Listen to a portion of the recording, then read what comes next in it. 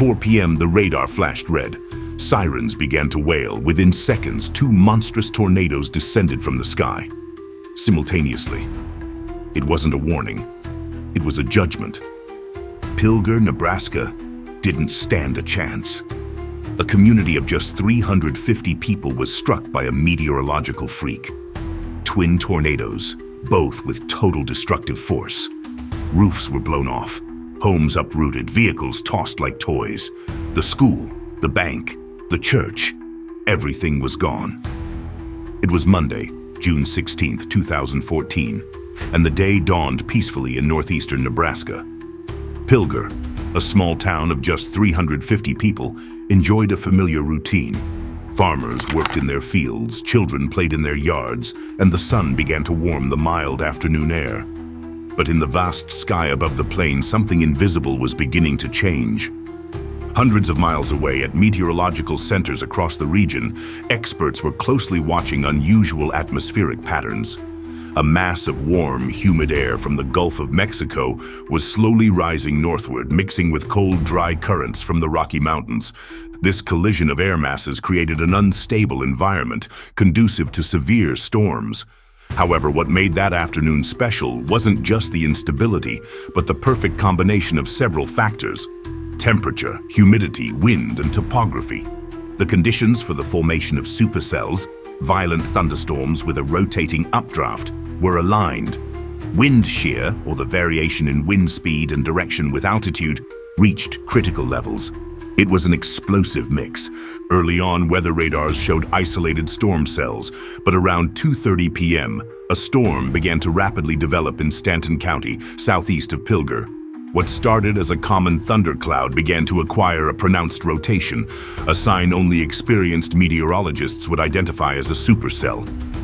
As the storm intensified, ground-level winds began to organize into a swirling current that heralded the formation of tornadoes.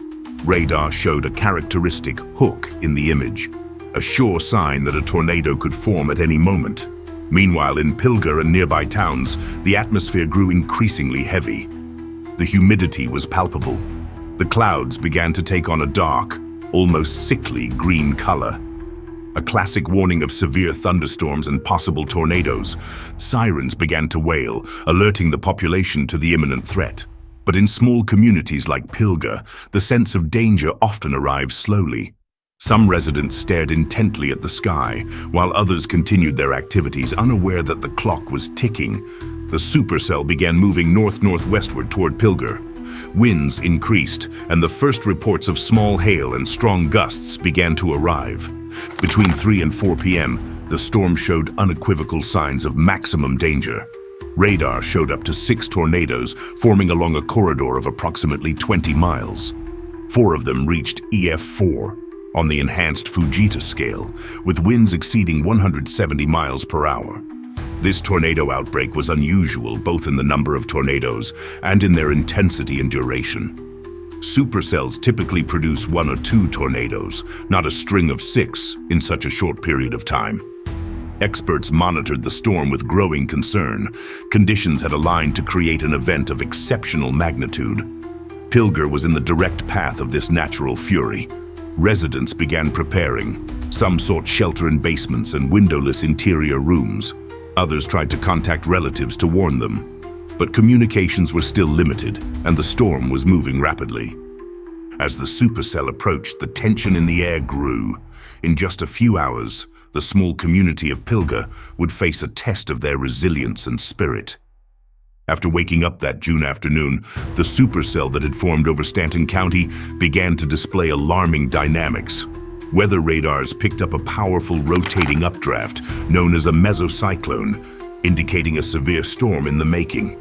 As the storm moved northward, the interaction of cold and warm air intensified. The wind flow began to vary dramatically in speed and direction with height, a phenomenon called vertical shear, which fueled rotation within the supercell. It was at this moment, just over 10 kilometers southeast of Pilger, that the first tornadoes formed. Not 1, but 2 funnels began descending almost simultaneously, spinning in parallel and moving toward the town with terrifying synchronicity. This phenomenon, known as twin tornadoes, is rare and poorly understood due to the difficulty of observing them and the complexity of the conditions that generate them. Both tornadoes reached category EF4 on the enhanced Fujita scale, with winds exceeding 170 miles per hour, capable of destroying well-built homes and leveling vegetation. As the twin tornadoes approached, weather agencies issued continuous watches and warnings. In Pilger, emergency sirens blared non-stop, seeking to warn a community that could barely grasp the magnitude of the impending danger. Emergency services began mobilizing. However, the storm's speed and ferocity left little room for preparation. The supercell moved at speeds exceeding 20 miles per hour, limiting residents' reaction time. In the hours before impact, surface winds began to increase considerably. Strong gusts shook trees and kicked up dust and debris, a prelude to what was to come. The formation of the twin tornadoes remained stable for several minutes, a hellish choreography of wind columns spinning in parallel, generating double zones of destruction in their path. The phenomenon also complicated the meteorological response. The proximity of the funnels made early detection difficult, and the overlapping damage made reports on the ground confusing. Experts still debate how these two forces can coexist without destroying each other. In Pilger, the reality was devastation in two dimensions. Meanwhile, in the town's homes and businesses, residents received the final warning. The storm was minutes away from making landfall and bringing devastating winds with it. Some sought refuge in basements and inner rooms, others tried to evacuate, but the streets began to fill with braking vehicles and hurrying people. Radars showed clear images of the rotating columns just before landfall. Tensions were reaching their peak. And then, the fateful moment. Twin tornadoes tore into Pilger, marking the beginning of the most ferocious destruction in decades for this community. The clock struck 4:05 p.m. when the sky above Pilger began to abruptly darken. A dark, ominous mass advanced from the southwest, accompanied by a low roar that grew louder with each passing second. The twin tornadoes, which had formed minutes earlier on the outskirts of town, were approaching with terrifying, synchronized force. The two rotating funnels descended from the clouds, separated by only a couple of miles, a rare and devastating phenomenon that few in the region had witnessed. In their homes, families scrambled for shelter. Megan, a mother of two young children, recalls, "I felt like my world was coming down. Within seconds, the wind broke the windows and everything started flying. I ran to the basement with my children as we listened to the deafening roar." On Main Street, vehicles were lifted and thrown like toys. The Jensen family's SUV was dragged nearly 100 meters before crashing into the community center, which collapsed under the pressure of the wind. The first tornado struck southwest of the town with winds exceeding 170 miles per hour, tearing off roofs, destroying homes, and toppling trees. Windows shattered in a constant shower of glass, while power poles bent and fell. Almost simultaneously, the second tornado moved northeast, striking St. John's Lutheran Church. The steeple was ripped off and thrown meters away, while the stained glass windows exploded into 1,000 pieces. The noise was deafening. The howling of the wind mixed with the thunder of breaking wood and the impact of objects against the structures. The air pressure fluctuated violently, and many people felt their bodies pushed against walls or literally lifted by the wind. Thomas, a young farmer, describes, "I ran to a nearby basement with my neighbors just as a door flew out and almost hit a woman. It was a matter of seconds." In less than 15 minutes, Pilger was caught in the fury of both tornadoes. Entire trees were uprooted, vehicles tossed far and wide, and homes turned into rubble. The sound of the wind mingled with the screams and cries of those desperately seeking shelter. One of the most tragic cases occurred when the Thompson family attempted to flee in their SUV. Linda, the mother, was swept away and killed, while her children survived with serious injuries. Warning sirens continued to wail, but the roar of the wind made them inaudible to many. The sky took on a dull green hue, a classic sign of severe tornadoes. Pilger would never be the same again. When the roar of the tornadoes finally faded and the silence of devastation fell upon Pilger, a new battle began. The fight to save lives and regain hope.